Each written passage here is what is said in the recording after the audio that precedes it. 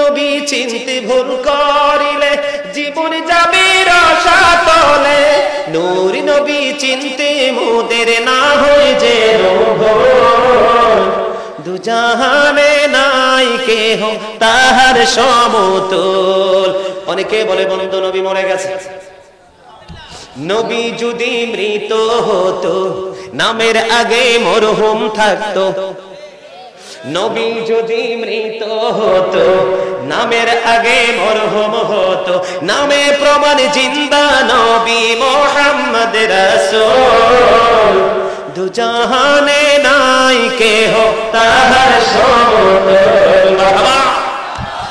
বন্ধুরে আমার নবী আপনার নবী, দুজাহানের বাদশা নবী সরকারে মদিনা, তিনি বলে দিয়েছে জুমার দিনে কেউ যদি মদিনার নবীর সাথে প্রেমের ডুরি লাগাইয়া মাত্র 80 বার দরুদ পড়তে পারে রে, তার 80 বছরের সগীরা গুনাহ আমার আল্লাহ মাফ করে দেবে। দরুদ পড়েছি অনেকেরই জবান বন্ধ। বন্ধুরে আমার হযরতে আনাস রাদিয়াল্লাহু তাআলা থেকে হাদিস বর্ণিত, হাদিস কানে এসেছে দাইলামি শরীফের মধ্যে। আমার নবী আপনার নবী রাহমাতাল লিল আলামিন, আল্লাহ 1 লক্ষ মতান্তরে 2 লক্ষ মতান্তরে 3,24,000 নবী রাসূলের মধ্যে আল্লাহ 8 জনকে স্বর্গীয় উপাধি দিয়েছেন, আর এর মধ্যে শ্রেষ্ঠ উপাধি পেয়েছেন আপনার আমার নবী, তার খেতাব হলো হাবিবুল্লাহ। আমার নবী আপনার নবী সরকারে মদিনা, তিনি বলে দিয়েছে আমার উম্মত হৃদয় খুলে শোনো গো। হাদিসের রাবী হলেন হযরতে আনাস রাদিয়াল্লাহু তাআলা আনহু। হাদিস কানে এসেছে দাইলামি শরীফের মধ্যে। বন্ধু আমার নবী বলেছে কেউ যদি প্রাণের নবীকে ভালোবাসিয়া প্রতিদিন মাত্র 1000 বার দরুদ পড়তে পারে, সে জান্নাত না দেখা পর্যন্ত তার মরণ হবে না।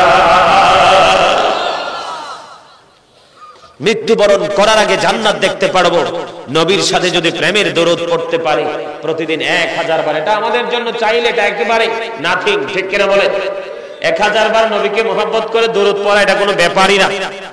সম্মানিত উপস্থিতি, আপনারা যারা মাহফিলে এসেছেন, প্যান্ডেলে বসেছেন, সবার কাছে আমার একটা আবেদন, আপনারা সবাই সামনের দিকে এসে ফাঁকা জায়গাগুলো ফিল আপ করে বসেন।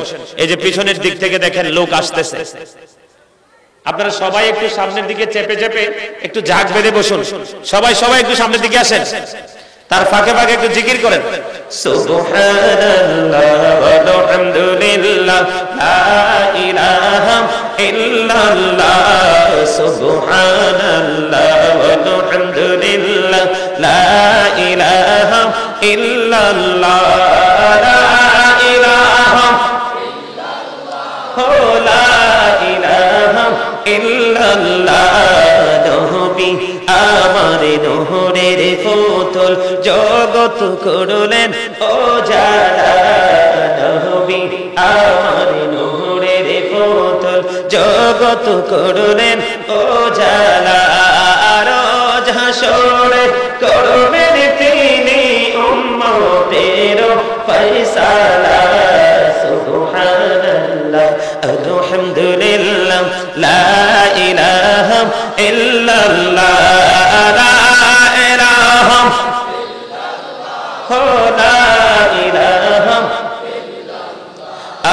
আরশে কুরসি লৌহ কলম সৃষ্টি যাহার ওসিলা, আরশে কুরসি লৌহ কলম সৃষ্টি যাহার ওসিলা।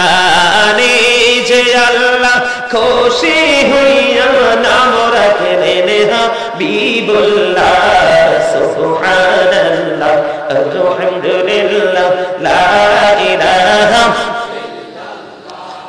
সুবহানাল্লাহ আলহামদুলিল্লাহ মহব্বতে লা ইলাহা লা ইলাহা শাহাদাতের বাণী ঠোঁটে আসিলেন কমলে ওয়ালা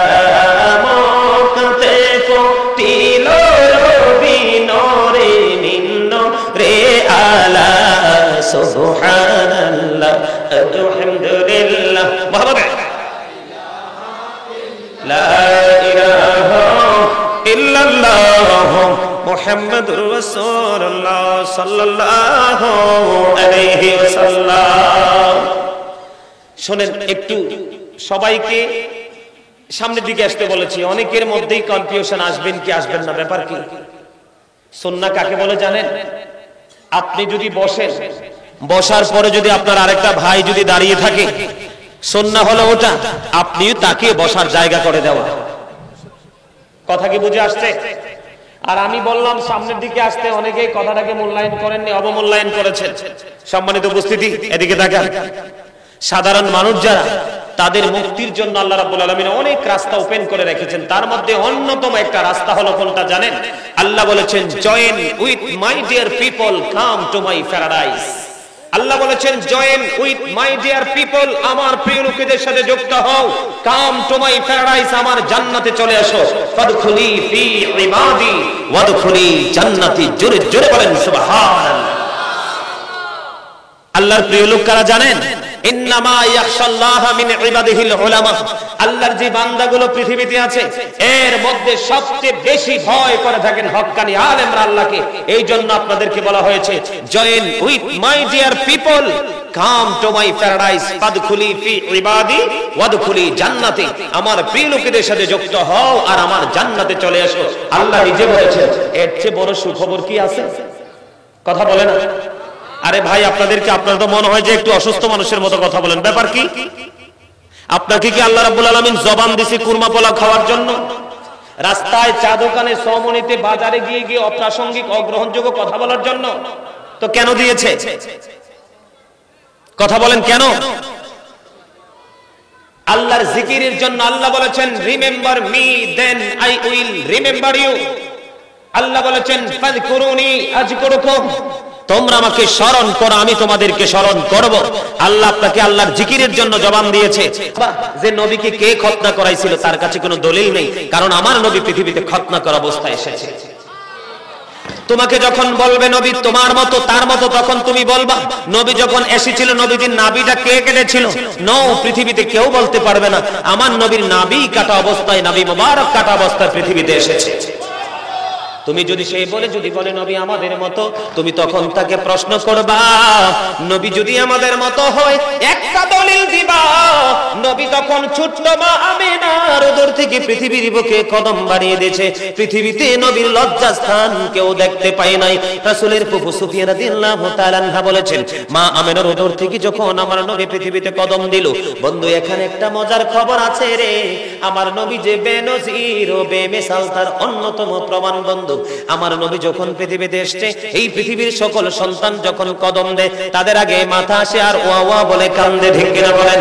আমার নবী যখন পৃথিবীর বুকে কদম মোবারক বাড়িয়ে দিল গো, তখন আমার নবীর আগে দুইটা কদম পৃথিবীতে দিয়ে এসেছে, ওয়া ওয়া বলে কান্দেনি। কিতাব প্রমাণ করেছে আমার নবী দোয়ারত অবস্থায় বলেছে, রব্বি হাবলি উম্মতি, রব্বি হাবলি উম্মতি, আমার উম্মতকে আমার হাওলা করে দাও। এবার সুফিয়া রাদিয়াল্লাহু তাআলা আনহা তিনি ওয়াজ করতেছেন, বয়ান দিতেছেন, পথভ্রষ্ট যেন আমরা না হই। তিনি বলেছেন, নবী যখন পৃথিবীর বুকে কদম মোবারক বাড়িয়ে দিল রে, তখন আমি দেখতে চাইলাম মা আমিনার উদর থেকে ছেলে এসেছে না মেয়ে এসেছে। আমি যখন কাছাকাছি গেলাম, হঠাৎ করে নজর দিয়ে চাইয়া দেখলাম আসমান থেকে একটা নূরের চাদর পৃথিবীর দিকে আসলো। নূরের একটা টুকরা আসিয়া আমার নবীর নিচের অংশটা পুরোটা ঢেকে দিয়েছে। আমরা কেউ নবীর লজ্জাস্থান দেখতে পাই না। নবী আমাদের মতো? দুনিয়াতে বলেছে রব্বি হাবলি উম্মতি, কাল হাসরের ময়দানে নবীর জবানে থাকবে রব্বি সাল্লিম, রব্বি সাল্লিম, রব্বি সাল্লিম। ওগো আল্লাহ, আমার উম্মতগুলোকে নিরাপদে রাখো। জোরে জোরে বলেন না সুবহানাল্লাহ। নবী যদি মানুষ হতো, মানুষ পরিচয় কালেমায় থাকতো, পাক কালেমায় পরিচয় আল্লাহরই রাসূল। দুজাহানে নাই কেহ তাহার সমতুল, দুজাহানে নাই কেহ তাহার সমতুল।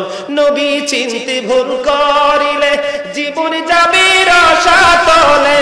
নূর নবী চিনতে মোদের না হয় যে ভুল, দুজাহানে নাই কেহ তাহার সমতুল। অনেকে বলে বন্ধু নবী মরে গেছে। নবী যদি মৃত হতো নামের আগে মরহুম থাকতো, নবী যদি মৃত হতো নামের আগে মরহুম হতো, নামে প্রমাণ জিন্দা নবী মুহাম্মদ রাসূল, দুজাহানে নাই কেহ তাহার সমতুল। আমি কিন্তু চাইলে প্রাণ ভরে গজল গাইতে পারবো, আমি কিন্তু একজন রাইটার। আমার কাছে গজলের খনি আছে, হামদান ইসলামের সঙ্গীতের খনি আছে, কিন্তু আজকের ওয়াজ করতে হবে, গজল গাইলে চলবে না। ইমানের বাজারে আগুন লেগে গেছে, সাধারণ মানুষ দিশেহারা হয়ে গেছে। মনে রাখবেন আল্লাহর হাবিব বলেছেন কিয়ামতের পূর্বক্ষণে পৃথিবীতে সবচেয়ে নিকৃষ্ট মানুষ হবে আলেমরা।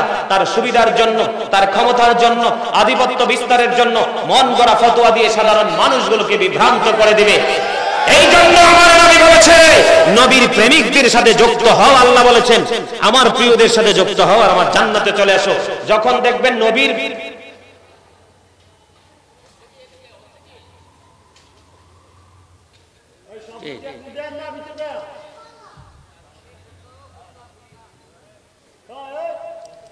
কুকুর কুকুর আমার দিকে তাকান, আমার দিকে তাকান, যাইতে হবে, ঠিক আছে সমস্যা নেই। জি জি অবশ্যই অবশ্যই, জি ইনশাআল্লাহ যান। আমার কথা কি বুঝতেছেন? আমার তথ্য অনেক দিতে পারবো ইনশাআল্লাহ, একটু বুঝিয়ে দিলাম। আমার নবী কি তাহলে আমাদের মতো? এখানে কোন ধরনের কোন সন্দেহ? কিছুদিন আগে এক বক্তা বলছে নবী নাকি আমরার ভাই। আপনারা শুনছেন কিনা জানি না, শুনছেন না? আমি তার নাম উল্লেখ করতে চাই না।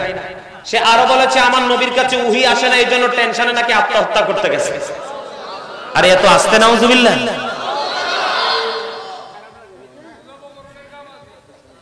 হ্যাঁ ওই যে আপনি কে বলছেন জবাইর কথাটা, কে বলছেন? হাত তোলেন। আপনি বলছেন? এই যে দেখেন ইমানদারের জজবা। এই আমার দিকে তাকান, উনি কিন্তু এটা কিন্তু পয়রা বলে নাই, উনি কিন্তু কিতাব থেকে বলে নাই, বলছে উনি কিন্তু এটা প্রেমের কারণে জজবার ঠেলায় বলছে, কিন্তু ওনার কথাটাই সত্য। আল্লাহর হাবিব বলেছেন ক্বালা মান সাব্বা নাবিয়্যা ফাকতুলহু, যারা নবীকে গালি দিবে, নবীর শান আজমতকে খাটো করবে, তোমরা তাদেরকে ধরে হত্যা করে ফেলো। কি করো? তাদেরকে জবাই করো। ক্বালা মান সাব্বা নাবিয়্যা ফাকতুলহু ওয়া মান সাব্বা সাহাবী ফাদরিবহু। আমার নবী বলেছেন যারা নবীকে গালি দিবে, নবীর ইজ্জতের চাদর ধরে টান দিবে, তোমরা তাদেরকে হত্যা করে ফেলো। আর সাহাবায়ে কেরামদেরকে যারা গালি দিবে, তাদের সম্মানের চাদর ধরে টান দিবে, তাদেরকে তোমরা বাইন্দা প্রহার করো। হাদিস শরীফ। নবীর কথা সত্য না মিথ্যা? Hazrat Muhammad sallallahu alaihi wasallam was born in Arab country. His father's name was Abdullah. His mother's name was Amina. His father said died before he was born. He lost his mother in his childhood. He was very truthful. Zore zore subhanallah. বন্ধুরে আমার, নবীকে ভালোবাসা, নবীর পরিবারকে ভালোবাসা ফরজ, আর নবীকে কষ্ট দেওয়া কুফরি। এই জন্য কোন ধরনের কোন ফাজলামি করা যাবে না নবী নিয়ে। ঠিক কিনা বলেন? There is no God but Allah. Muhammad Rasulullah sallallahu alaihi wasallam is the messenger of Allah. জোরে বলেন ঠিক না বেঠিক? আমি আপনাদেরকে বন্ধু হযরতে আনাস রাদিয়াল্লাহু তাআলা আনহু থেকে হাদিস বর্ণিত। আমার দিকে তাকান, হাদিস কানে এসেছে বুখারী শরীফের মধ্যে। আমার নবী বলতেছেন একজন খ্রিস্টান ইসলাম ধর্ম গ্রহণ করলো, গ্রহণ করার পরে বন্ধু সূরা বাকারা পুরোটা তেলাওয়াত করলো, সূরা আলে ইমরান তেলাওয়াত করলো। এরপরে আমার নবী ওহী লেখার দায়িত্ব সে পাইলো। প্রথমে ছিল কি? খ্রিস্টান। খ্রিস্টান হওয়ার পরে তারপরে ঈমান আনলো, সূরা বাকারা পড়লো। মন দিয়ে শুনেন, শুনেন, ওয়াজ সবার কাছে ভালো লাগবে না, ইমানদারের কাছে ভালো লাগবে। আর ইমানদার হবে প্রতি 1000 একজন, 999 জন জাহান্নামী। টেনশন করার কোনো কারণ নাই। মসজিদ খালি দেখলে, মাহফিল খালি দেখলে আমার কষ্ট হয় না, কারণ আমি তো খবর জানি, গোড়ার খবর। যার তকদির ভালো সে এখানে আসবে, যার তকদির ভালো সে মসজিদে যাবে, যার তকদির ভালো হক্কানে আলেমের সাথে প্রেম করবে, আর যার তকদির খারাপ তিনটার একটাও ভালো লাগবে না। দেখেন এই নবী কতটা সূক্ষ্মভাবে নবী সম্পর্কে গবেষণা করতে হবে, নবী সম্পর্কে সম্বোধন করতে হবে। এই হাদিস শরীফটার দিকে একটু নজর দেন। আমরা তো বিরিয়ানি দিলে 500 টাকা দিলে আবার এক ব্যাগ বাজার করে দিলে যা ইচ্ছা তাই বলো, আমি এটাকে কি করি? সাদরে গ্রহণ করি, ঠিক না ঠিক? তার মানে সকালে ঈমান বেশি বিকালে ঈমানদার হই, আবার বিকালে ঈমান বেশি সকালে ঈমানদার হই। এটা কিন্তু বর্তমান থেকে আরো বেশি সামনের দিকে বাড়বে। সাবধান করার জন্য বলছি, দাদা একটু মন দিয়ে শোনেন। আমার চাচাই বলছে জবাই করা উচিত ছিল, আসলে সত্য জবাই করে দেওয়া উচিত ছিল। নবী অর্ডার করেছে জবাই করো, আপনি জবাই হয়তো করলেন না, তাকে ঘৃণা করলেন, প্রতিবাদ করলেন। আপনি যদি এটাকে সমর্থন করতে না পারেন তাহলে আপনিও কুফরি করেছেন। অন্যায়কে যে অন্যায় বলে স্বীকার করবে না, সেও কুফরি করলো, সেও জাহান্নামী। বন্ধু, সেও ইমানদার নয়। আমার দিকে নজর দেন। প্রথম ছিল খ্রিস্টান, তারপরে হলো ইমানদার, তারপরে সূরা বাকারা তেলাওয়াত করলো, তারপরে সূরা আলে ইমরান তেলাওয়াত করলো, তারপরে সবচেয়ে বড় হলো বন্ধু আমার নবীর ওহী লেখা শুরু হলো। এখনই সুবহানাল্লাহ কইতে কইছি না তো? সুবহানাল্লাহ বলতে তো বলি নাই। বলে গুনই গুনি না, গুনই তো না, তবে সুবহানাল্লাহর অর্ডার দেব তারপরে বলবেন, কারণ এই জায়গাটা খুব জঘন্য জায়গা। কি জায়গা? খুব জঘন্য জায়গা। শেষ পর্যন্ত আসি না, তখন না বুঝবেন সুবহানাল্লাহ কইবেন না নাউজুবিল্লাহ কইবেন। তিনি কি করলেন? ওহী লিখতে লিখতে লিখতে লিখতে হঠাৎ করে আবার সে খ্রিস্টান হয়ে গেল। এবার কোনের দরকার নাউজুবিল্লাহ, এবার কথা কয় না। আরে জোরে বলেন না নাউজুবিল্লাহ। এতগুলো গুণ পাইল, নবীর ওহী লেখার দায়িত্ব পাইল, তারপরে আবার খ্রিস্টান হয়ে গেল। বন্ধুরে, সে ইন্তেকাল করলো। গত কয়েকদিন আগে দেখছেন আপনারা, মেলা কয়েকদিন আগে দেখছেন আপনারা, রানী দ্বিতীয় এলিজাবেথ যখন লন্ডনে রানী মারা গেল, অনেক দামি কফিনে করে মাটিতে তাকে দাফন করা হয়েছে। ঠিক সেই খ্রিস্টান সে কিরলো, সে এবার বন্ধু সে এবার কি করলো? আবার তার ধর্মে ফিরে গেল, খ্রিস্টান হয়ে গেল। হাদিস শরীফের মধ্যে এসেছে, যতক্ষণ না পর্যন্ত মানুষ কালেমাকে স্বীকৃতি দিবে, লা ইলাহা ইল্লাল্লাহ মুহাম্মাদুর রাসূলুল্লাহ বলবে, ততক্ষণ পর্যন্ত তোমরা তাদেরকে হত্যা করো না। তবে নবী বলেছে, যখন কোন মানুষ ইসলাম ধর্ম ত্যাগ করে অন্য ধর্মে যাবে, সাথে সাথে তাকে হত্যা করে ফেলো। আবার বলেছেন, যে বুড়ো বিয়ে করার পরেও অন্যের স্ত্রীর দিকে নজর দেয়, অন্যের স্ত্রীর দিকে জিনা করার চেষ্টা করে, অথবা জিনা করে যদি ধরতে পারো, ওই সমস্ত বিবাহিত পুরুষ নারীকে হত্যা করে ফেলো। দেখেন বন্ধুরে আমার, সে এবার কি করলো? চলে গেল। চলে যাওয়ার পরে বন্ধু মৃত্যুবরণ করলো। মৃত্যুবরণ করার পরে তাকে দাফন করা হলো। পরের দিন সকালবেলা অন্য খ্রিস্টান তার দলের লোকেরা যাইয়া দেখে তার বডিটা মাটির বাইরে মাটি ফেলে দিয়েছে। জোরে জোরে নাউজুবিল্লাহ। এবার তারা কি বলতেছে? এটা নিশ্চয়ই মুহাম্মদের কাজ। নাউজুবিল্লাহ, মুহাম্মদের লোকেদের কাজ। বন্ধু, আবার আরো গভীর খনন করে তাকে মাটিতে দাফন করলো। পরের দিন আবার গিয়ে দেখলো এই খ্রিস্টানের লাশ কবরের বাইরে মাটির বাইরে ফেলে দিয়েছে। তারা বলল এটা মুহাম্মদের কাজ। তৃতীয় দিন আবার গেলেন, আরো গভীর করে খনন করে তাকে আবার কবরে দাফন করলো। কবরে দাফন করার পরে পরের দিনও যাইয়া দেখে বন্ধু তার লাশটা মাটির বাইরে ফেলে রেখেছে। আওয়াজ করে বলেন না আল্লাহু আকবার। এখানে রহস্য কি হুজুর হাদিস শরীফ থেকে যেটা কালেক্ট করেছে, হাদিস শরীফের মধ্যে এসেছে, আমার নবী আপনার নবী দো জাহানের বাদশা নবী সরকারে মদিনা। ও বন্ধু, হাদিস শরীফ দ্বারা তিনি প্রমাণ করেছে তার দোষটা ছিল কি জানেননি? তার দোষটা ছিল সে যখন আবার খ্রিস্টান হলো, ধর্ম যখন ত্যাগ করলো, ত্যাগ করার পরে মানুষের কাছে শুধু বলতে লাগলো যে নবী মুহাম্মদ কিছুই জানতো না, আমি যেইটুকু লিখিয়ে দিতাম সেইটুকুই জানতো, তার বেশি জানতো না। জোরে জোরে নাউজুবিল্লাহ। এখনকার যুগের এই মুনাফিক মার্কা মুসলমান, বিরানি মার্কা মুসলমান, লোভী মুসলমান হলে কি কইতো? আরে বাপ রে বাপ, গাজী সুলাইমানকে এর বিরুদ্ধে কথা বলতে লাগে, কথা বলতে হয়, সে নাইলে বললে বলছে আর কি বলবো? বিবেকহীন বলবো? তোমাকে সেন্সলেস বলবো? অবশ্যই বলবো। কথা বলেন ঠিক না বেঠে? আমার কথা কি আপনারা একমত? আরে জোরে একমত না? তার দোষ কি? সে বলছে আমি যেইটুকু লিখে দিতাম নবী সেইটুকুই জানতো, তার বাইরে জানতো না। এটা এত বড় জঘন্য মিথ্যাচার, এত বড় অন্যায় করেছে আমার রাসূলের শানে, এত বড় বেয়াদবি করেছেন। আবার আল্লাহ সহ্য করে নাই, মাটিকে অর্ডার করেছে উজ্জ্বল দৃষ্টান্ত হিসাবে তুমি তাকে বের করে দাও। এই মিয়া, মাটির জন্য নবী রাসূলদের দেহ মোবারককে টাচ করা আল্লাহ হারাম করে দিয়েছে। নবীদেরকে নিয়ে যেমনি তেমনি কথা বলো। আল আম্বিয়া ওয়া হিয়াউ ফি কুবুরিহিম ইউসাল্লুন, নবী রাসূলরা তারা তাদের রওজায় নামাজরত অবস্থায় আছে, আর তুমি বলো নবী মরে গেছে। জোরে বলেন না নাউজুবিল্লাহ। আমি আমার দিকে তাকান। ঈমানকে স্ট্রং করতে হলে আপনাদেরকে আরো কাজ করতে হবে। আমরা নবীকে দাঁড়ায় সালাম দেই কি দেই না? এক পার্টি আছে মুনাফিক মার্কা, কয় আমরা বলে বেদাত করি। আমি আপনাদেরকে একটু বুঝাই দেই ছোট্ট করে। এই আপনাদের মসজিদে ইমাম সাহেব যে আছে, সেই ইমাম সাহেব, আপনাদের ইমাম সাহেবকে দিয়ে বলি, ইমাম সাহেব যে আছে তিনি কি ইমামতির বিনিময়ে টাকা নেয় না? নেয় না? এমন অনেকে আছে ধার্য করে নেয় কি নেয় না? আমার নবী কি ইমামতি করে বেতন নিয়েছিল?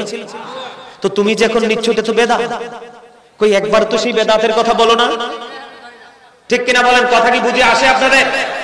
এই আমার নবী যে ইমামতি করেছেন মসজিদে নববী, দেখেছি মনে হয় যে জান্নাতে ঢুকেছি। এবার ঈদ কিন্তু আমি মদিনাতুল মুনাওয়ারায় করেছি, পবিত্র ভূমিতে করেছি, সম্মানিত উপস্থিতি দেখেছি। আমার নবী যে ইমামতি করলো, সভাপতি থেকে একবারে তৃণমূল পর্যায়ের মুসল্লি পর্যন্ত লিস্ট করে কি একদিন করে মানুষের বাড়ি খাইছে? তো তুমি যে ইমামতি কি বিক্রি করে খাচ্ছ, এটাও তো বেদাত। ওই একবারও তো এটা নিয়ে ফতোয়া দাও না। এই যে স্টেজে বসে যে ওয়াজ করতেছি, যারা নবীর মিলাদকে বেদাত ফতোয়া দেয় তারাও কিন্তু স্টেজে বসে ওয়াজ করে। নবী তো এরকম সাজানো পরিবেশ ছিল না। তো তুমি যেটা ইউজ করো ইবাদতের স্বার্থে করতেছেন, এটা ইবাদত না? তো এটাও তো বেদাত। তুমি তো এটা একবারও বলো না। আমি বলবো এই জন্য তোমার নবীর সাথে দুশমনি রয়েছে। এই মিয়া, সূরা ফাতির 9 নম্বর আয়াতে আল্লাহ রাব্বুল আলামিন বলেছেন ওয়া তুআযিরুহু ওয়া তুওয়াক্কিরুহু, আল্লাহ বলেছেন help him and respect him, তোমরা আমার হাবিবকে সাহায্য করো এবং সম্মান করো। আমরা আহলে সুন্নাত ওয়াল জামাত নবীকে দাঁড়িয়ে সম্মান করি, এটাকে ফরজও বলি না, ওয়াজিবও বলি না, ঠিক কি বলেন? আরে ভাই, একজন চেয়ারম্যান, মেম্বার, একজন স্কুলের টিচার, একজন ইংলিশ লেকচারার, প্রফেসর, সমাজের অনারেবল পারসন আসলে আমি বসা থেকে দাঁড়িয়ে সম্মান করি। সেই তুলনায় নবী তো আরো অনেক বড় মাপের, যেটা কল্পনাও করা। এখন বলবেন নবী মরে গেছে, তো নবী যদি মরে যায় তাহলে আপনার আপনজন মরার পরে কেন কবরে পার যায় বলেন বিসমিল্লাহি ওয়া আলা মিল্লাতি রাসূলিল্লাহ? কথা বলেন না কেন? আমার কথা কি আপনারা বুঝতেছেন?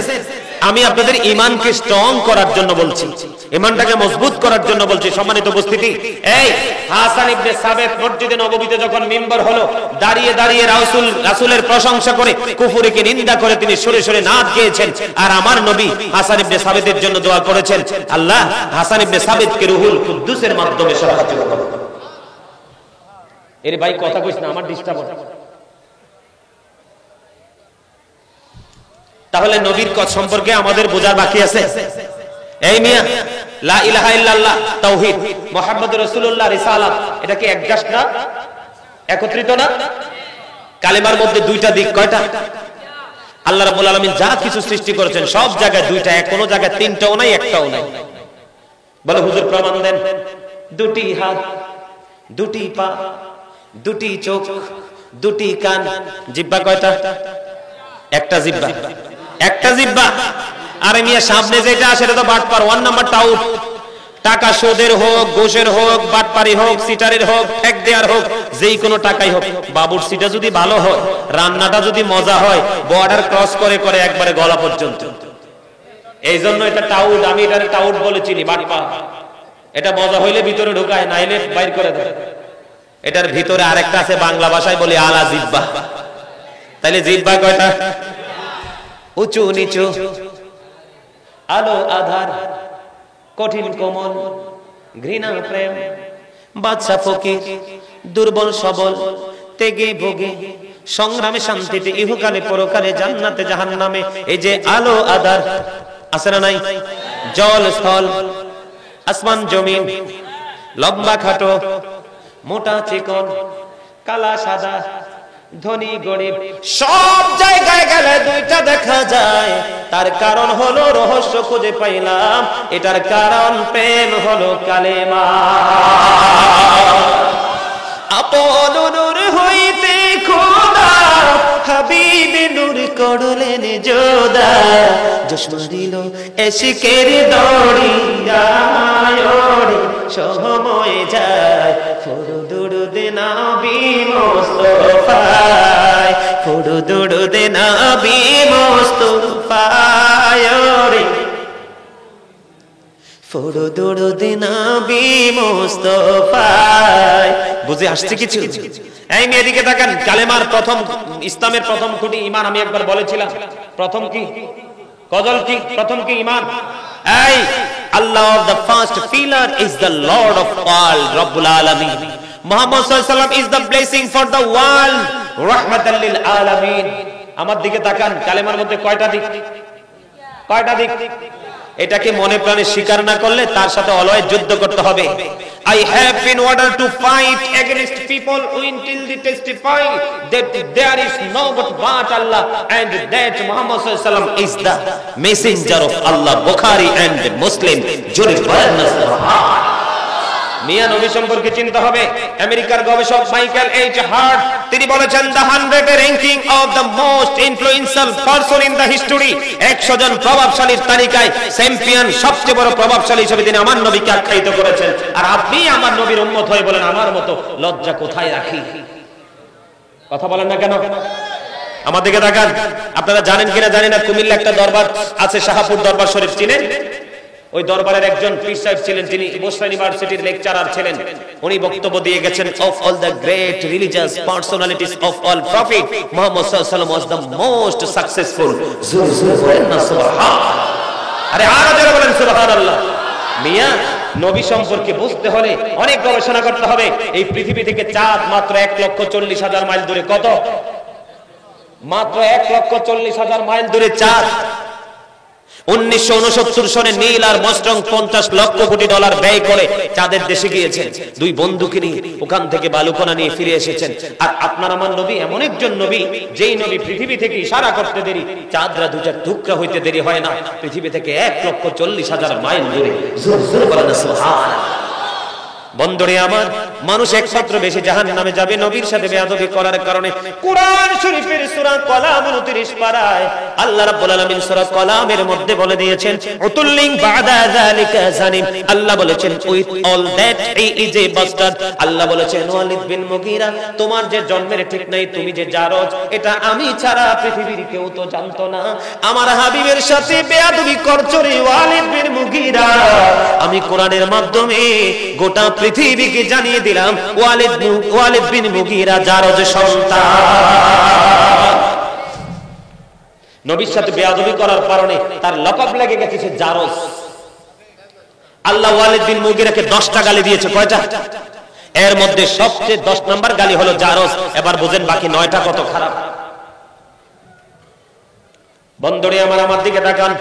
জাবির ইবনে আব্দুল্লাহ রাদিয়াল্লাহু তাআলা আনহু থেকে হাদিস বর্ণিত, আল্লাহর হাবিব ডেকে ডেকে বললেন, কাব ইবনে আশরাফকে হত্যা করার মতো কে আছো? এবার মুহাম্মদ ইবনে মাসলামা তিনি দাঁড়িয়ে গেলেন কাব ইবনে আশরাফকে হত্যা করার জন্য। এই হাদিস শরীফটা বুখারী শরীফের মধ্যে এসেছে বন্ধু। এবার যখন বললেন, মুহাম্মদ ইবনে মাসলামা বললেন আমি হত্যা করব তাকে, তার দোষটা কি ছিল? তার দোষ হলো আল্লাহ এবং আল্লাহর হাবিবকে কষ্ট দিয়েছে।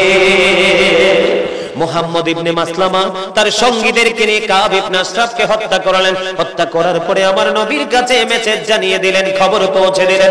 জোরে জোরে বলুন না সুবহানাল্লাহ। আমি খুশি হয়েছি এই জন্য সুবহানাল্লাহ বলছি।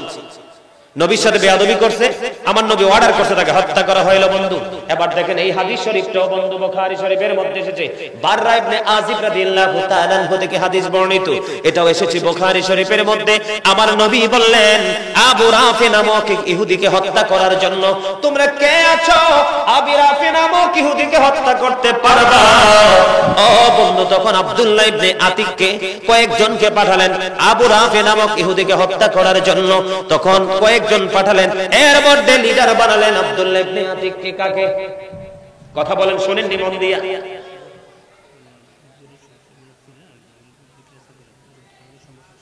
হ্যাঁ, এই তো শেষ করে দিব তো এখন, আমার টাইম তো ওভার হয়ে গেছে, একটু সমাপ্ত তো করতে হবে। আব্দুল্লাহ ইবনে আতিককে লিডার বানালেন কাকে? কথা বলে না। আব্দুল্লাহ ইবনে আতিককে লিডার বানালেন। ওই যে আবু রাফে তিনি হিজাজে বসবাস করতেন। আব্দুল্লাহ ইবনে আতিক সঙ্গীদেরকে নিয়ে যাইতে যাইতে যাইতে যাইতে বন্ধু সন্ধ্যা হয়ে গেল। এবার যাওয়ার পরে আবু রাফেকে খুঁজে পায় না, সে তার গন্তব্যে পৌঁছে গেছে। তারপর আব্দুল্লাহ ইবনে আতিক তার সঙ্গীদেরকে একটা জায়গায় বসালেন, তার জন্য বের হলেন।